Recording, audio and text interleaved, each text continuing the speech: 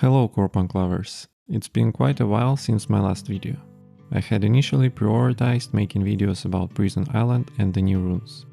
However, as I'm making this video, we are still waiting for the runes, and while Prison Island has been released, its current state isn't quite where it should be.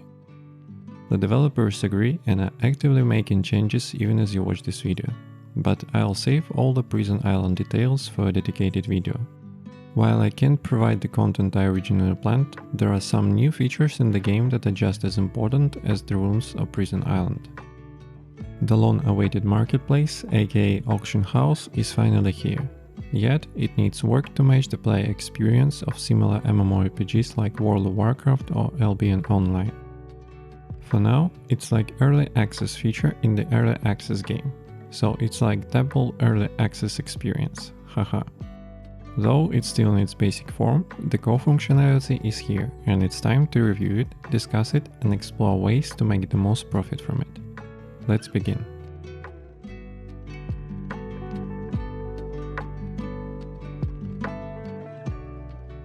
To access the auction house, simply click one of the bottom right corner icons or press the N key. The auction is accessible anytime and anywhere. It's not tied to an NPC in a specific city location.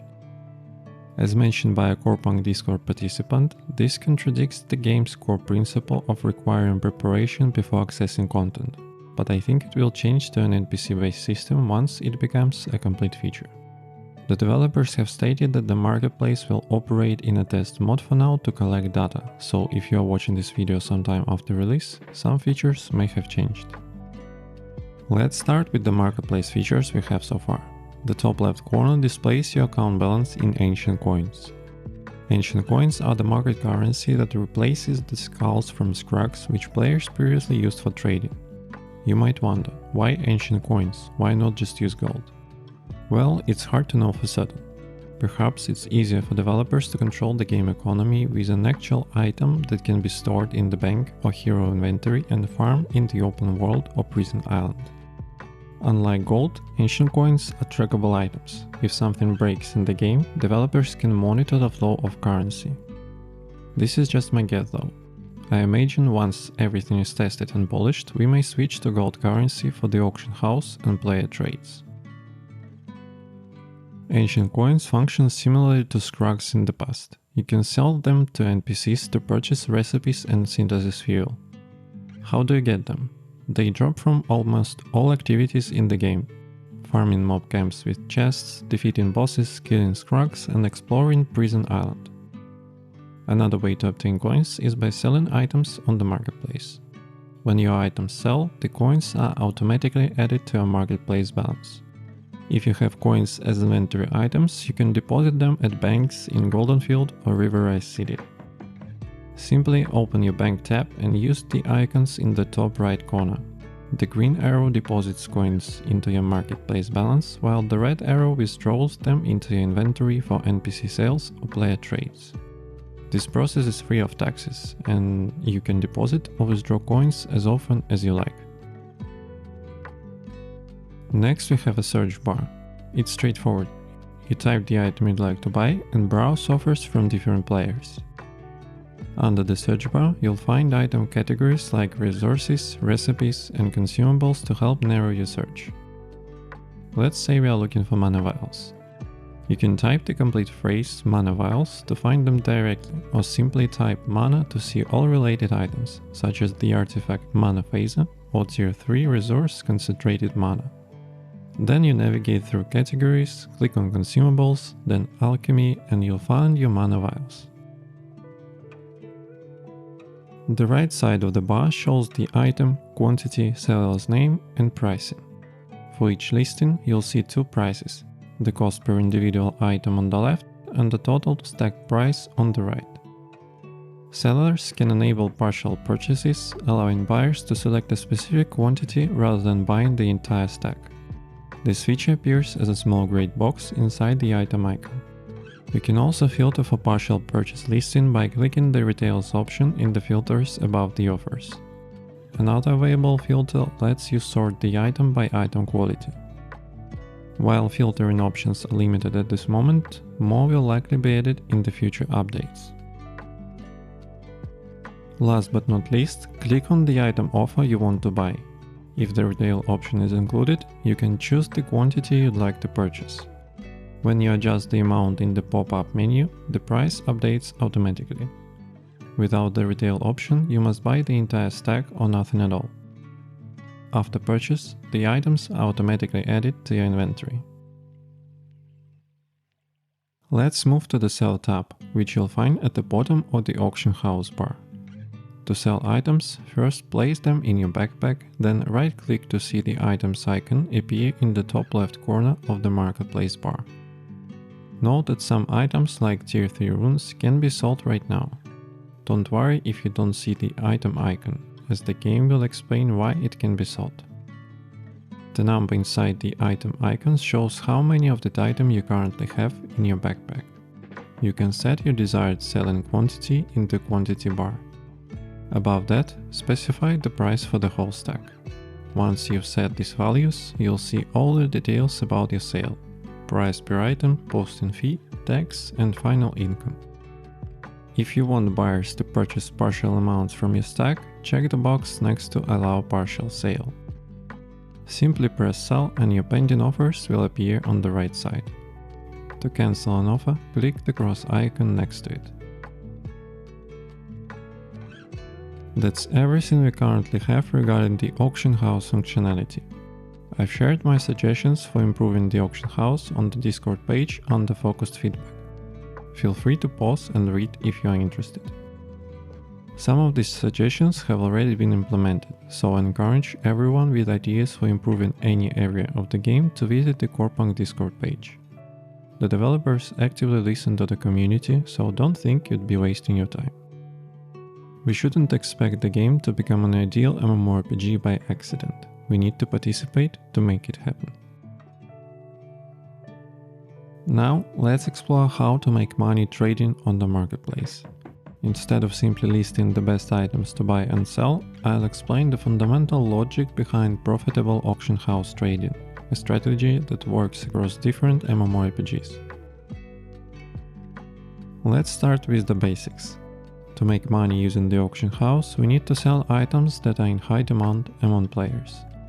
While you can sell anything, selling just one item per day won't quickly increase your ancient coin balance. What creates demand? The meta does. The meta may change by the time you watch the video, so always check what's currently popular in the game. Right now, for example, we have a physical damage build meta due to recent mana consumption changes. This means attack power stats are highly sought after by players. Items with attack power stats, particularly artifacts, are more valuable than those without. These artifacts require specific resources, particularly the Tier 3 resource called Blood Honey. You can focus on either gathering and selling Blood Honey directly or crafting artifacts to sell at a higher price than their individual ingredients. Just compare other players' offers to determine whether crafting or selling raw Blood Honey is more profitable. The physical damage meta creates demand for builds that counter physical damage. These counter builds and artifacts should include armor stats, which directly reduce physical damage from both players and PvE content, bosses and mobs. The Tier 3 resource for armor stats is Termium Liquidum. The strategy here mirrors that of attack power artifacts. You can either craft armor focused artifacts or sell Termium directly, depending on which is more profitable. Health stats and corresponding resource will be in demand regardless of the meta, since you always need more health points to survive boss encounters or ranger attacks. If you focus on health stats and the Tier 3 resource called Beating Heart, gathering it may be more difficult than other professions. This is because Beating Heart is tied to butchering, which requires defeating mobs before you can gather resources. This extra effort makes it less competitive since players typically prefer easier gathering methods. Lower competition in gathering means fewer competing sellers in the marketplace. With fewer competing offers on the market, you have a better chance of selling your items. Let's focus on items and resources in lower tiers. To craft high tier artifacts, chips, runes or alchemy items, you first need to craft tier 1 and tier 2 items, since tier 3 requires this as ingredients. Let's check the prices for tier 2 resources. Isotope from mining profession currently have an average price of 1.75 ancient coins per item. Forest berry from herbalism has an average price of 3 ancient coins per item. Neon mushroom from logging has an average price of 0.6 ancient coins per item. However, bear bile from butchering has an average price of 16 ancient coins per item. The concept is straightforward. When a resource has a higher price than similar materials of the same tier and gathering difficulty, it indicates scarcity in the market and higher player demand. Therefore, you can focus on gathering bear bile to sell on the market and earn substantial ancient coins. I haven't yet discussed consumables, which are always in demand among endgame players. These include painkillers, mana vials, consumables that boost attack speed and attack power based on the current meta, and cooking items that regenerate health points and enhance various stats for 10 minutes. You can focus on this area to make profits, just make sure the market isn't already saturated with these offers. There are also opportunities with meta items like chips or runes. Reroll stats items are particularly valuable, especially secondary reroll baskets, since Corepunk has many secondary stat types. It's challenging to roll desired stats or high main reroll values, as tier 3 artifacts can have 3 different main stat types and every endgame player wants these values to be as high as possible. I hope you understood the ideas behind these examples. Making profits on the auction house isn't particularly difficult. You just need time and, more importantly, the desire to analyze the market, study builds, identify valuable items, understand the meta, check offers, and determine which items will provide the best returns. We finally have the auction house in Corepunk, a function that, in my opinion, is one of the most essential features in MMORPGs. You no longer have to write your offers in chat and wait for someone to respond. With just a few clicks or a single key, you are minutes away from buying what you want or making profits. While the marketplace still needs some work to improve the player experience, its most important features are already here. I still can't believe we have it. It was quite unexpected to see in the patch notes that we'd received the auction house the day it was announced in Discord. As I remember, we weren't expecting the auction house until around the PvE dungeon release at the earliest. I'm glad the development team found the resources to release the content sooner. That's awesome to see. As usual, thank you for your time and see you in the next video.